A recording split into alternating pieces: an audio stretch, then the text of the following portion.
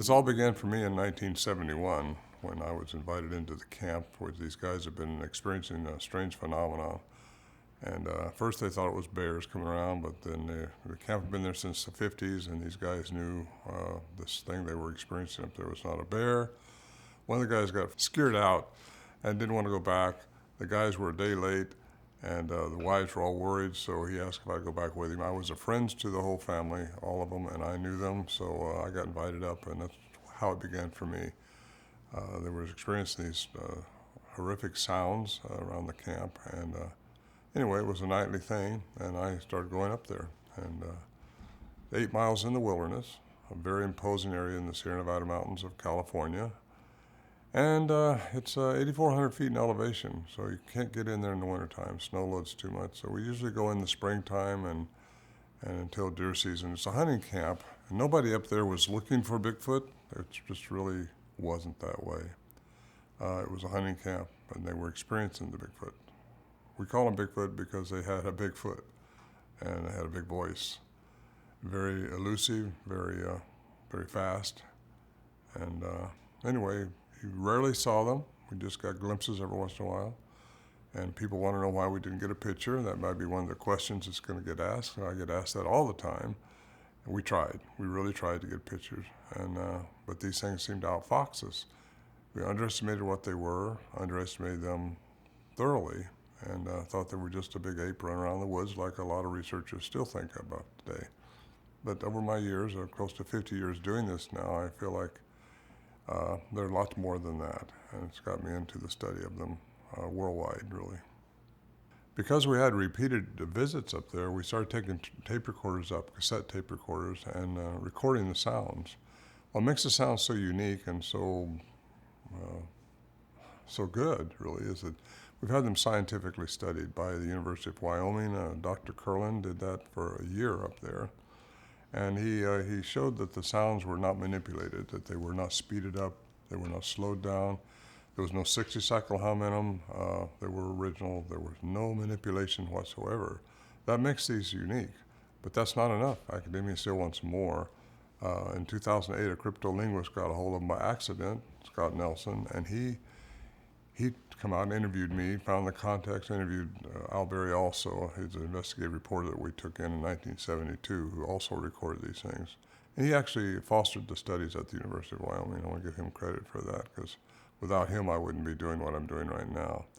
He passed away, became a good friend of mine, and I miss him. But anyway, Scott Nelson, the cryptolinguist, he's trained by the military, Navy, as a cryptolinguist with years and years of experience transcribing unusual and unknown languages to see if they are a language and to see if there's any manipulation in the language.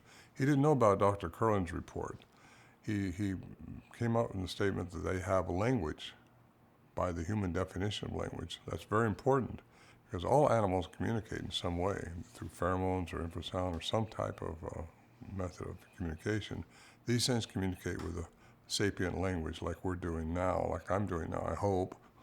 Anyway, it takes a hyoid bone connected to the tongue a certain way with the nerves into the brain, which creates language for humans. According to Dr. Lieberman, 1968 at Brown University, only humans have the apparatus for language like we have. That separates us from all the other animals in the kingdom of this earth. So that tells me something pretty significant. If they have the vocal mechanism for language, maybe they're got some human component to them. And there's been a lot of native lore, a lot of stories go back about hybridization and about how the natives have claimed that these things have inbred with their women. And anyway, it also gets into biblical history, ancient texts, Greek mythology, all that, how beings from the sky came down and took the women and changed the DNA to create a hybrid. And perhaps that's where we're going with this. Well, I've heard, as far as people thinking they can duplicate these sounds, they can't be duplicated. A human sound expert named Nancy Logan years ago listened to these, and she's only one of 10 certified court interpreters in the state of California at the time. She's retired now, but She said she challenges anyone to try to do this because their sound decibel range is higher than what humans can do with their vocal mechanism. It's lower than what humans can do, and it's also within human range. So they have a very complex vocal mechanism. And for someone to say that they can do this or that these sounds aren't real, they just haven't done their homework. And they need to study and look and see what the studies we've had done on this, because if you want to, you can say it's all fake if you want to, you have that choice, but it's not. I was there, and I'm not lying to you. Well, it's been suggested that these things maybe can communicate in infrasound or ultrasound, but they have such a complex vocal mechanism that's possible, I suppose. But large animals, a lot of them, elephants, giraffes, tigers, large tigers, communicate in infrasound. And infrasound, I did have an experience that could be related to infrasound up there. And that was when I went out of the shelter. Warren Johnson and I, we were the only two up there, and we thought we'll rush out of the shelter door and we'll see this thing run away because it was making a lot of noise right by this tree. This tree was 30 feet away from us, maybe 40. And so we jumped out of the shelter door. We're going to see this run away. It's a big moonlight night. We're going to see one because it's hard to see them. You don't see them that often. Very elusive. Well, we started walking up there at the same time. We were probably 10, 15 feet apart. And all of a sudden, we both just got stopped. We could not go forward.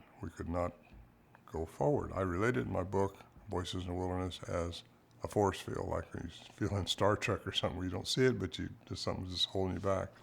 Warren said, I don't know about you, but I can't go any further. And I said, I can't either.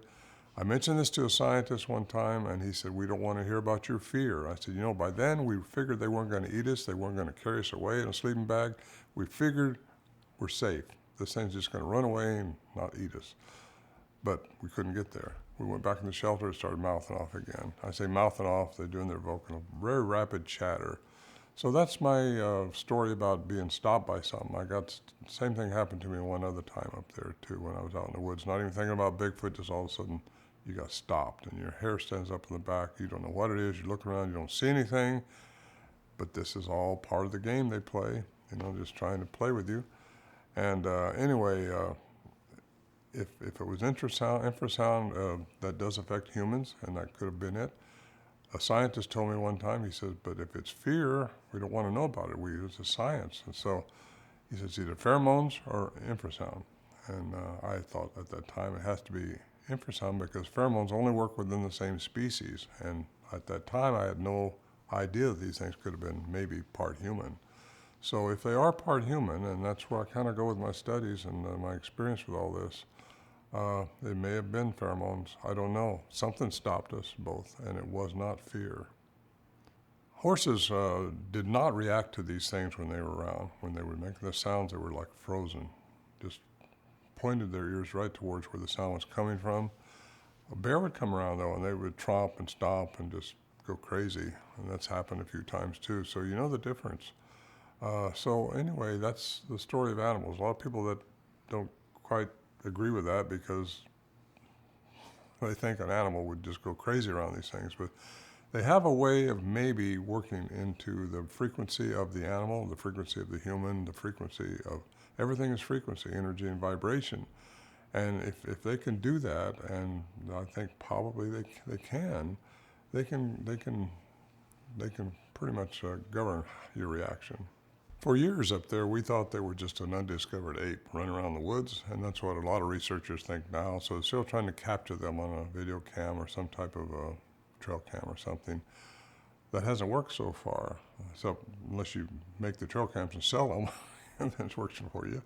However, they move inhumanly fast. The one I saw was streaking through the trees inhumanly fast. That's the time I was recording, so I got to see what I was recording. The sound was coming from behind me, a big samurai cry, and I seen it go shooting down through the trees to two other ones that were making sounds down here. We feel like it was an adolescent and a mother. That's what we think, a family of three.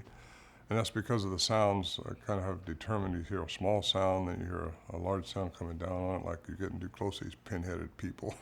Stay away from them. I think the young ones maybe are getting a little curious and aggressive, but they all seem to want to toy with people. A common question that's asked to me is, what do I think they are? I was just asked that yesterday again. What do you think they are? I think they are a hybrid, a type of being which the nuclear DNA, which is the male counterpart, is not determined. The maternal DNA, which has been determined by two different geneticists, which is questionable because classical science doesn't want to accept it, but the maternal DNA, the mitochondrial, is feminine, and it's human. So I think they're a human hybrid of some type, with the nuclear DNA, the male counterpart, being from an alien intervention. And I'll just come right out and say it. I think there's aliens. Everybody knows that pretty much nowadays. Aliens are here. Dr. Edgar Mitchell said it. Several scientists are saying astronauts have witnessed it. They're here. So what are they doing here? Why do they want to be here? That's what I get into in my Quantum Bigfoot. It's just, what are they doing? I have my theories on that. You want to hear it? I'll go for it. One thing that puzzled us up there quite a bit was the unusual things. We didn't talk about those things for a long time because it's out of classical science. Classical science is based on Newtonian physics. Everything has to be measurable, predictable, physical, but it's not that way. According to quantum science, it's totally different. And there's a learning curve here for researchers I think they need to get into, and that learning curve is understanding how to realize there's more dimensions than the three that we live in. Aliens are able to go from one dimension to another. They can get in our dimension, and once they're in our dimension, our third dimensional environment, they're subject to our rules. We live in a linear time zone, timeline. We think there's a yesterday. We pretty much know there was yesterday. There's today, and we hope there's going to be a tomorrow. That does not exist according to quantum physics. There's something in the now. And when you get into the study of realizing there's other things going on that you can't see, you don't hear infrasound, you don't hear ultrasound, but you know it's there. Same way with our vision. We only see within certain frequencies. Again, everything is frequency, energy, and vibration. If you can't see within the light's frequency, that doesn't mean it doesn't exist. It just means you don't see it. So there's your answer to questions of people saying that they saw them disappear. They followed a trackway that just stopped. How does that happen? It happens with density, because if they can change their matter into energy, which I think they can do, that's my theory, and I'm sticking to it. Most people think that aliens come down here and had sex with our women. That's how Nephilim were created. That's how giants were created. I'm not sure that's the way it happened. I think they altered through advanced technology. They've altered the DNA of a troglodyte. They've altered the DNA of different animals, trying to experiment with things, trying to get something that would possibly acclimate their species to this culture, to this environment. Why? There's a good reason. I'm glad you asked that question. Why do they want to be part of this environment? This Earth is the jewel of the solar system. It's got everything. It's got water, it's got plants, it's got everything that anything, no other planet in this solar system has what this Earth has. Why wouldn't they want to be here? But they can't live in this environment so well. They want their species to evolve, and they want their species to be in this environment. And that's why I think they're doing that. But I don't think it's sex. I think it's DNA manipulation. 1 out of every 400 twins can be and are fathered by different males. And now you get into Rebecca's twins. One was hairy, one was not. You know, could that have been? Could the aliens have actually done that? I say it's a scenario that could have worked out. Possible. Well, in the Bible, there's a lot of stories about giants, how they came from fallen angels, which were bad guys who went against the rules of God and bred humans. A lot of people want to call they had intercourse, but that's not the word I use. I use DNA manipulation. I don't think it was intercourse at all. That's not their goal. It wasn't just to have fun. It was to create something that their species could go with. It goes all the way through, and you got the flood, wiped them out, it gets into the Rebecca's womb, and that's what you'd like to hear, probably, because there's two people in there. One was hairy and one was not. Could that DNA have been manipulated inside her womb? Yes, I think it could have been. That's why one became the Edomites later on, and those were giants in the Philippians. And you get into the land of Canaan, it's a whole bunch of scenarios that could work out there. Angels, like everything, have the choice of doing what they want to do. They can be good or they can be bad. If they could do it before the flood, they could do it after the flood. And that's all I'm saying. I don't think spirituality and quantum physics are that far apart. Even Nikola Tesla said, what one man calls God, another man calls the laws of physics. Dr. Edgar Mitchell said, there's no natural or supernatural phenomena. There's only gaps in our knowledge of what is normal. We must strive to close those gaps of ignorance. He knows, because he knows there was aliens here and are here. Some people wonder how, if everything was killed according to Genesis 6 by the flood, how could the Nephilim or giants got through? Well, there's two ways to look at that. Either they didn't get through or they did. So how could they have gotten through? I think it's from Ham's wife, one of Noah's sons. And there was millions of people on earth by the time the flood happened, and that's not contestable. So if his wife had the recessive gene for the Nephilim, if she had been infected by that, it would have gotten through the flood. Ham's son, Cain, developed the land of Canaan, where the giants were. That's where Goliath came from. You want to get into that one? There's that scenario, but also I go into if aliens did it once, they can come back and do it again. They had 400 years since the flood until the land of Canaan, until all that happened. So really, there's all kinds of speculation on this, but there's all kinds of ways that could happen. Melba Ketchum's study that she did, which I'm a proponent of, even though I'm not a geneticist, I'll say that right up front, but when she came out of the box and said the nuclear DNA, which is a male counterpart of this type that she was studying, could not be determined. And that's out of 227 billion samples in the gene bank. It couldn't be matched. The maternal DNA is human, mostly human, with a couple of mutations. So that threw her out of the academia box right there. They can't handle that.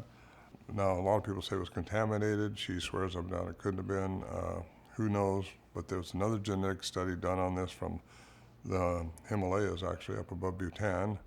It was sponsored by National Geographic, and a geneticist went up there, and out of eDNA, which is environmental DNA, at 17,000 feet, they discovered these tracks, bipedal tracks, and they took her back. She did a study on those. She said that they were 99% human. She did not make the same mistake Melba Ketchum made. She didn't talk about the nuclear DNA. She's talked about maternal DNA with 99% human. So, come on, what does that tell us? These things have a human component to them. Well, a lot of people have been raised religiously and will not delve out of that at all. A lot of people have been raised scientifically and think Newtonian physics is all there is. They won't step out of that box. But to me, they can go together. They don't have to be separated like that. That's why my books bring science and spirituality together, because they are together. If you really want to get into, I got to say this. People won't say I'm in the woo-woo factor here. Well, okay, put me in the woo-woo factor. That's where Tesla is. That's where Einstein was. I'm happy to be with that group of guys. No problem at all.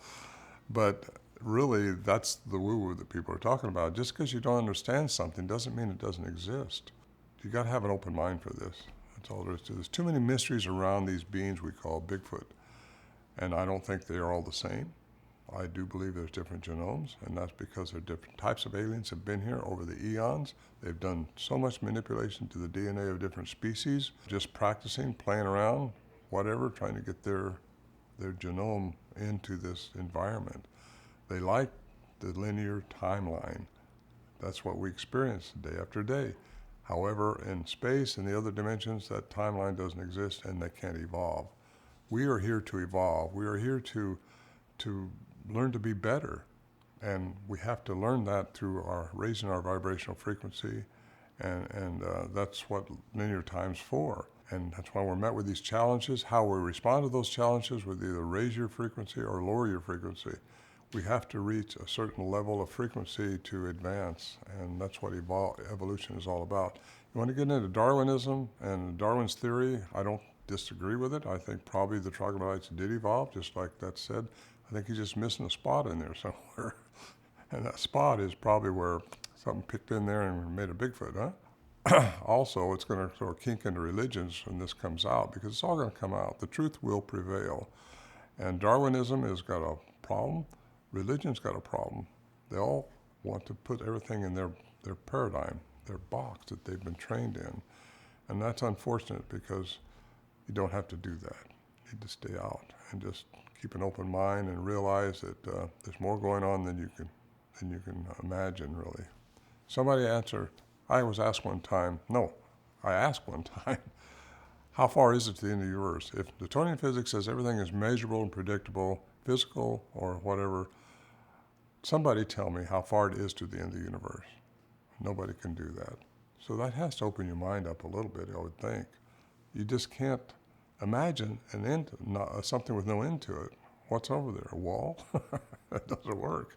At the most minute form of our being, we are a vibration. We are energy. We are vibrating a certain frequency. And everything has that. That's how I think Christ did his miracles, was through quantum physics, the laws of quantum physics, which are God's laws, by the way. There's nothing unreligious about it or unspiritual about that. But it's just open your mind up to those things. As far as a Bigfoot being interdimensional, I'm not sure they all are, but I think that the ones that we dealt with in the Sierra Nevada mountains of California have such an advanced vocal mechanism. I mean, there's times when we thought our camp was being tore apart outside. We look out there and nothing's changed. The barrels were there that we hauled in our mules. All our canned goods were still there that we hauled in. Nothing changed. Well, how do you explain that in classical science? You can't. So there's just things going on. There's lights. We've seen what we thought was a UFO. I did up there one time.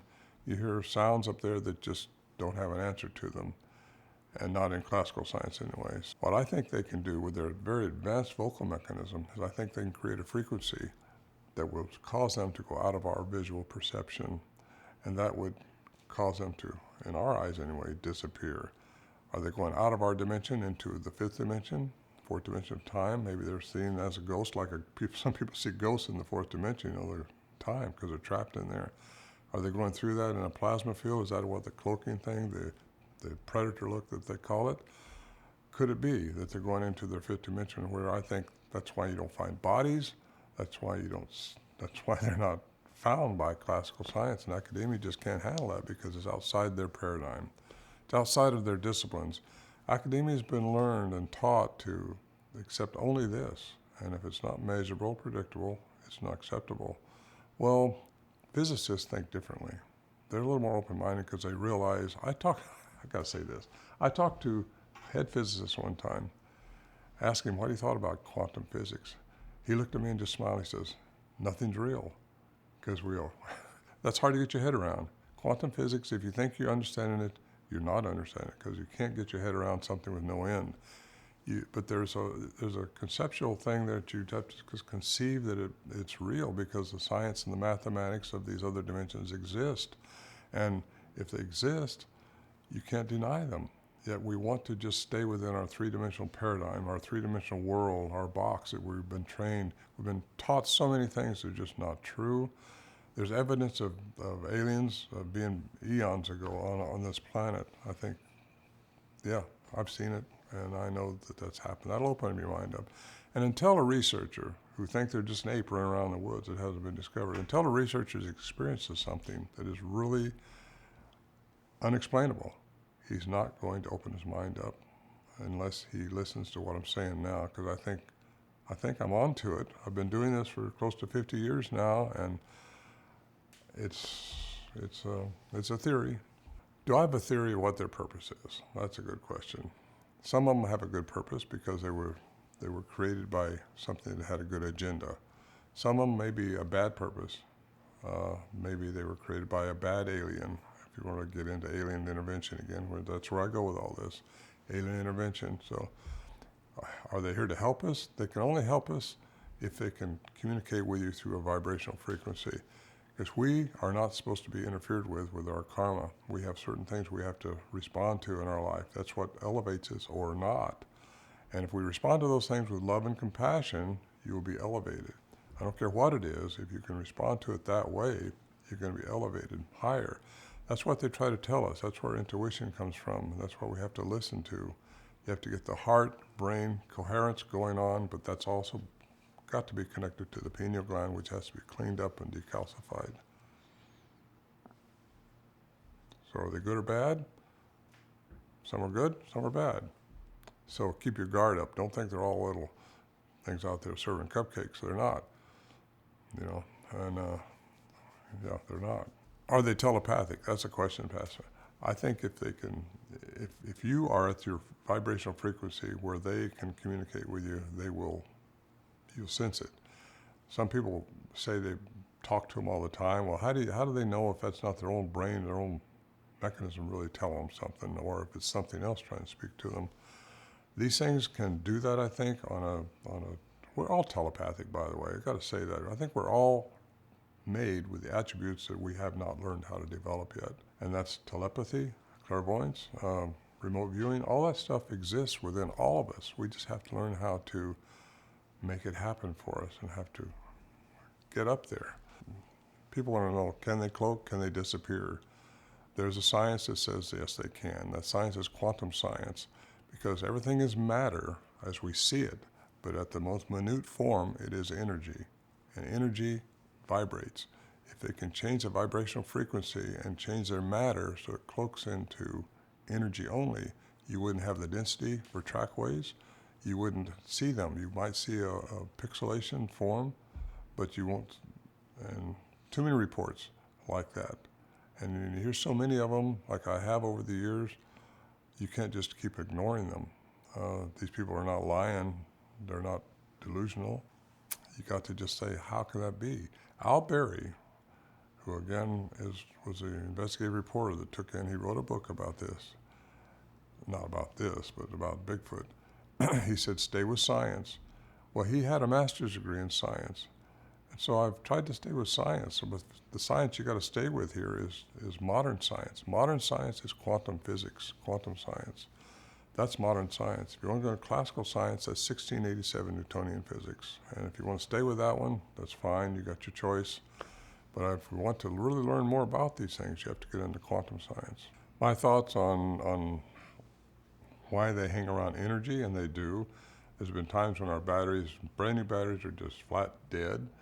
There's times when they've been reported so much around power lines, they follow power lines, and there's something going on. I've thought for years and years there's something going on with these things in energy. And I think that they need energy to do what they do. And you got native lore, which actually say they re-energize in trees. There's people that say they've saw them go into trees. And is that true? I interviewed a guy last year who said the thing was 4 foot wide in the shoulders. It came out behind this tree, and he only seen part of it, and then it walked away after. I said, well, how big was the tree? The tree was only 2 foot around. So this was a firefighter. He was sounded very credible when I talked to him. He had been messing with Bigfoot, or Bigfoot had been messing with him, let's put it that way. They do mess with you, by the way. They will toy with you. They will follow you inside or outside the trails. You may not see them because if they are cloaked, and I don't like that word, but so many people say they cloak.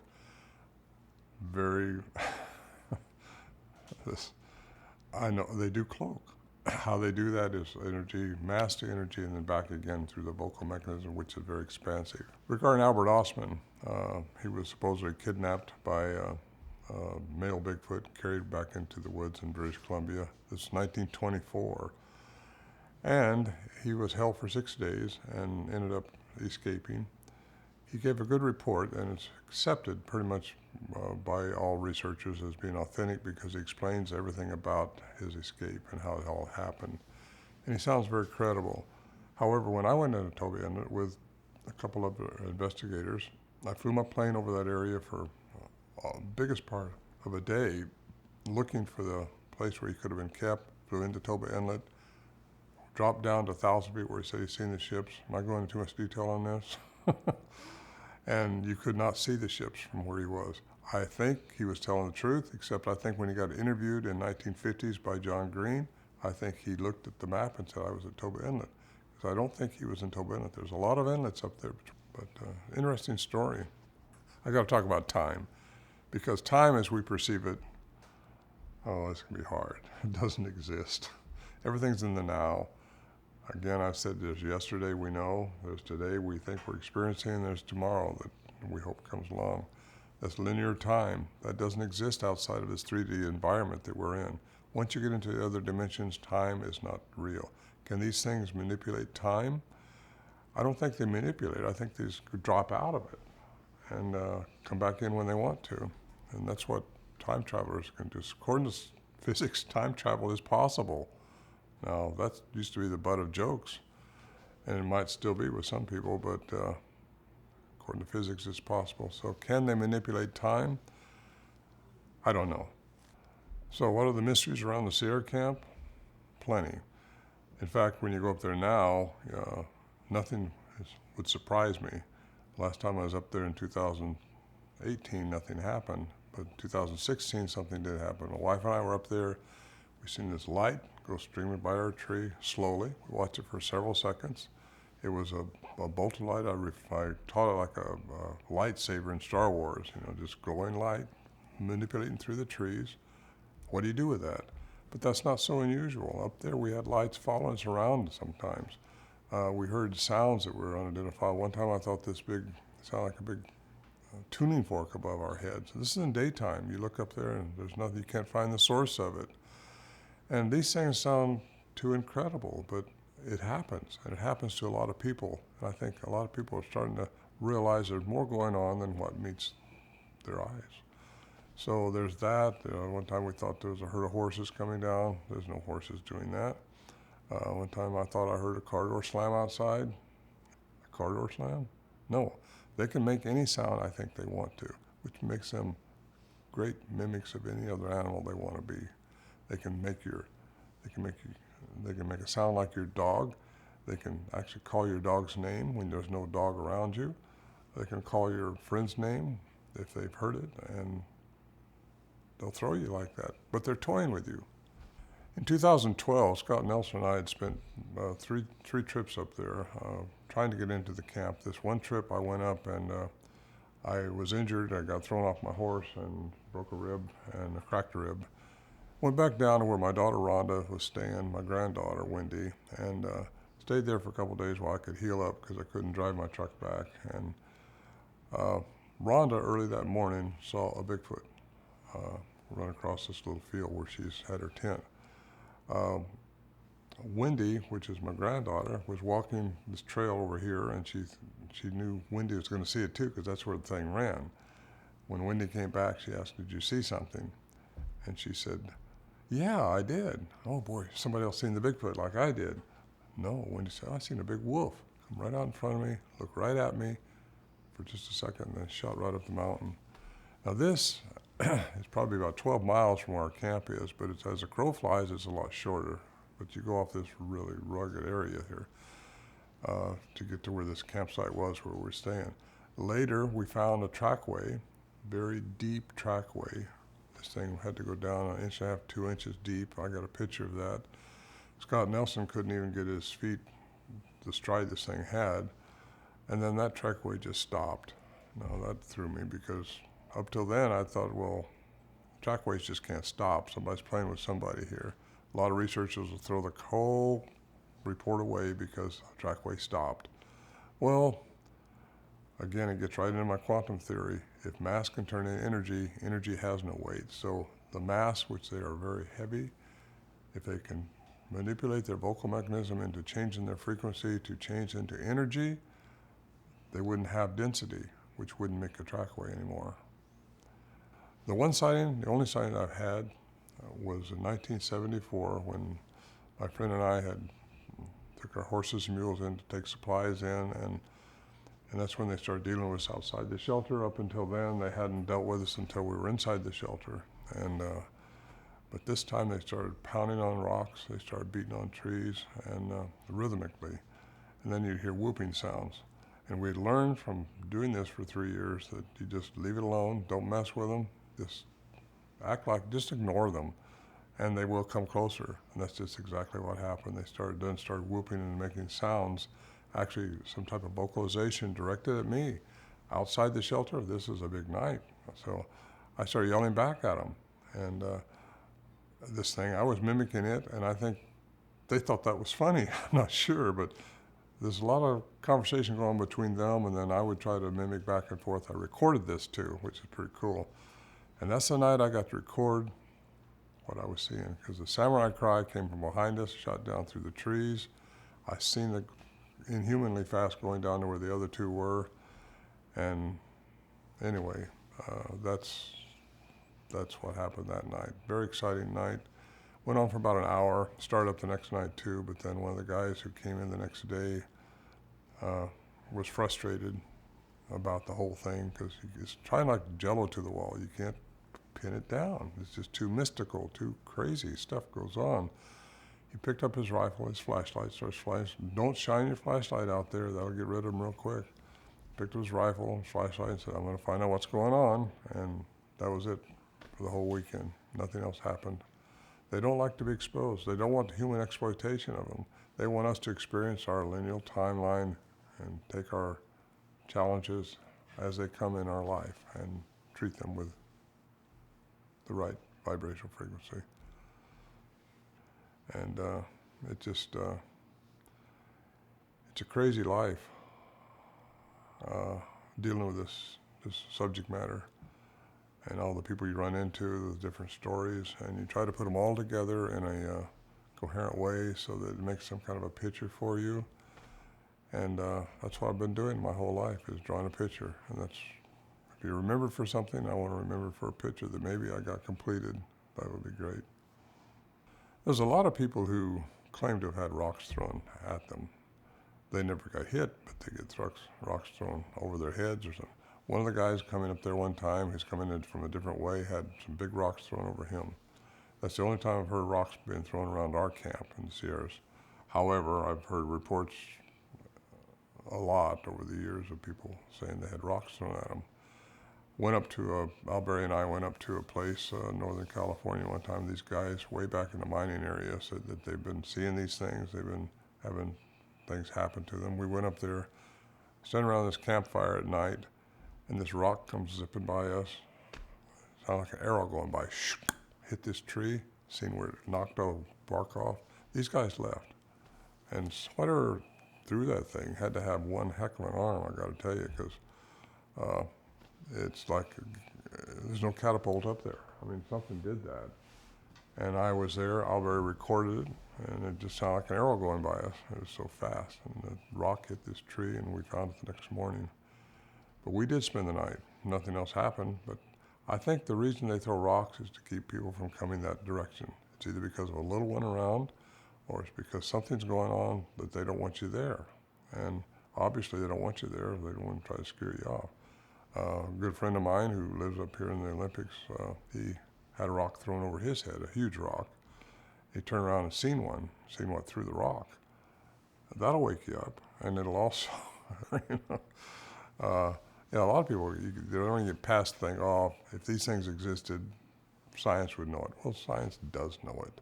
They just don't tell us because it throws a kink into Darwinism, throws a kink into religion, all the history books are going to be rewritten someday. I think some Bigfoots could just be a relic hominid. They've grown up through the shrinks, just like the troglodytes did, but something's manipulated them, their DNA. Some maybe are more fresher than that. They've been manipulated sooner by different types of aliens, possibly. And where does Bigfoot fit into the whole picture? They are more advanced, I think, than we are, or they know things that we have yet to learn. They know how to live on the earth without all these cars and homes and building roads. They live like we're intended to live. And we're not living like that. I think we are a race of beings that are on the way to destruction. We're destroying the earth, we're destroying ourselves. This whole planet is being screwed up by us. They're not screwing things up. And they won't interfere because we have to go through this. We have to go through this and learn from our mistakes. I think the elongated skulls I've experienced in Peru and Bolivia, those are from some type of a hybrid race of beings. And I think they were created for living into this environment. The pyramids, they were created by something with advanced intelligence.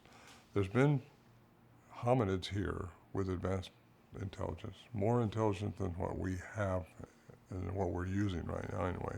We have a long way to go as a race and as a species. How do we get there? I think you need to meditate And when you meditate, that means you're able to receive things. You got to clean up your diet, learn how to receive and not ask all the time. Prayer is when you're asking for something. Nothing wrong with that, I guess, but meditation is when you receive. And if you can just meditate for 20 minutes in the morning before things get disturbed and before your brain starts analyzing everything, just relax. Get your heart, your brain coherent with each other so they're rhythmically working together, and that's a vibrational frequency. You get those vibrational frequencies working, you will advance and you will raise your level. What can we learn from them? What have I learned from them? What have I learned from Bigfoot? Well, I've learned that they're existing, number one, and they seem to have attributes that we don't understand, but we're trying to understand them through the laws of quantum physics, and I think that's the rule that will allow us to understand them. They are here to experience this environment. I think that's what any species is here for. Could there be a dog man? Yes, there could be a dog man, because there could be anything out there. No, that can't be. Well, could it be? Is there portals? Yes, there is portals. NASA's been studying portals. It's a magnetic anomaly that goes on. Just like the Skinwalker Ranch that's been studied, it's been funded by the government. Our tax dollars actually gave a lot of money for that. And so there's something going on there. Could it be what my granddaughter saw when my daughter saw Bigfoot and all of a sudden she saw a big wolf? I said, I had to be a fox. She didn't know it's a wolf. She knows the difference. She's a teacher, actually. So anyway, what else could be out there? No tellings. Just don't close your mind, don't close your eyes, and keep alert, because some of these things are known to eat people, some of them are known to help people. That's why you have to know who you are as a human being, made in the image of a very special alien. I think we are hybrids, if you really want to get into it. We weren't just brought up through the troglodytes. Our physical bodies might have been, but what put our sapience in us? What put the cognizance in us? Why are we like we are with all the other stuff we got on? Darwin doesn't explain that in his theory. He doesn't explain how we got to be who we are inside here. And that's important to know who you are as a human being, because we have been given dominion on this planet. Bigfoot hasn't been. Aliens haven't. We have been. We are very special people. And I think you've got to realize that. Once you know that, you won't fear anything anymore. I talked down here at the local, one of the supervisors asked me if I would speak down here at the Civic Center. It only holds 100 people. He was afraid it wouldn't anybody come because of so many things going on that very weekend. And you couldn't put any more people. You had to lock the door to keep them coming in. This place was packed. And I was the only speaker, and they were really interested in the subject matter because there's so much going on. And the biggest question is why they don't find bones. How come you don't find remains? Because they got a way to get out of that. And it's what I've talked about this whole evening. They either go out of this dimension into another. I think they live in the fifth dimension. I think that's where we're supposed to be headed for. We are supposed to be headed for there.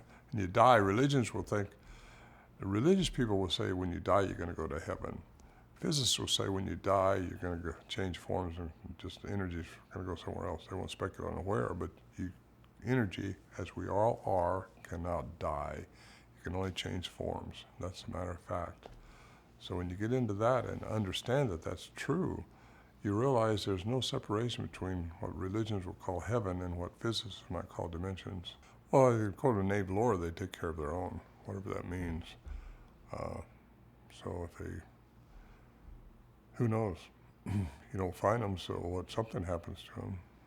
And of course, anything, you leave it out in the woods long enough, nature takes care of it. It just goes.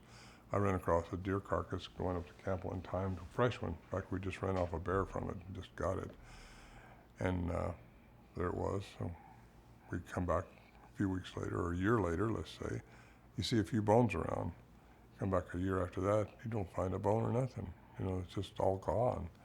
And nature will clean itself up. So, but does that happen with Bigfoots if they die? I don't know. I know this, we haven't found one. What I think creates awareness for people, I think it all started in 2012 with the Mayan calendar. I think there's an opening of an awareness or an enlightenment type age that we're going into. I think the more people that are listening to programs like this and doing what you guys are doing are going to be enlightened more. They will start putting it together. They will realize there's more going on than what meets their limited vision, what meets their limited abilities. That's what I think it takes, just more information and more people opening their minds up to, because most people haven't seen one. They can't see with their eyes it doesn't exist. Well, that's ridiculous. And really, I think more and more people become aware that there's a possibility they could be out there, but still there's a lot of people that just laugh at it. And they think it's funny because they couldn't exist or science would tell us. Well, science doesn't tell us everything. That's just all there is to it. Our government doesn't tell us everything. Our government knows these things exist. They do. And for people just to deny that they don't exist because they haven't seen one or because the government hasn't told them they exist is ludicrous, really. They just got to open up their minds, and I don't want to down anybody for not believing they have that choice, but that just means they got their head in the sand. No disrespect, but you got your head in the sand. If you want to ignore the thousands of reports that are out there, you can do that. But does that mean everybody's lying? Everybody's misconceived? Everybody's screwed up? What does that mean about all these people that are saying this all over the world, all over the United States, all over the Pacific Northwest now? People are saying they see these things. Well, does that mean they're ludicrous? They're crazy? They're misconceived? What does that mean? Open up your minds, because they're out there. Good or bad, whatever they are, there's both. Just keep your guard up and watch for it, because you won't see it unless you're looking for it. Abraham Lincoln said that. You only see what you look for. You only find what you look for. A lot of people say they smell something horrible when these things are around. Well, we didn't have smells like that up there. It just wasn't. And they were in feet of us outside the shelter. They were around us a lot up there. So I don't know if they can protrude a smell or give a smell out. Maybe it's ones that haven't had a shower or hadn't swum through the lake in a long time. I don't know. But these things, we didn't have a bad odor to them. At the beginning, did we think about Bigfoot? No. Bigfoot was not part of our conversation. It was not part of our thinking process. We didn't elaborate on those things, yes or no, could they be? But when the guys came out with this report, I knew them all personally. We were very friendly. We knew each other, so I believed them. They're not ones to just give away to any notion. They're business guys. I was a businessman, and I'm just trying to say we're not slouches. we didn't believe, but we didn't disbelieve. And then once this happens, you got to believe, because something up there with big feet, 5 toes, making the sounds. No one's fooling us. I mean, we took a scientist up there to do a frontal study, and he dug around looking for wires, looking for anything in the trees that could have been hung in a speaker, because these sounds were so huge and so much amplitude in them. Somebody said, you got to have that study done, or someone's going to say you had somebody up there playing with you. Nobody was playing with us except for Bigfoot.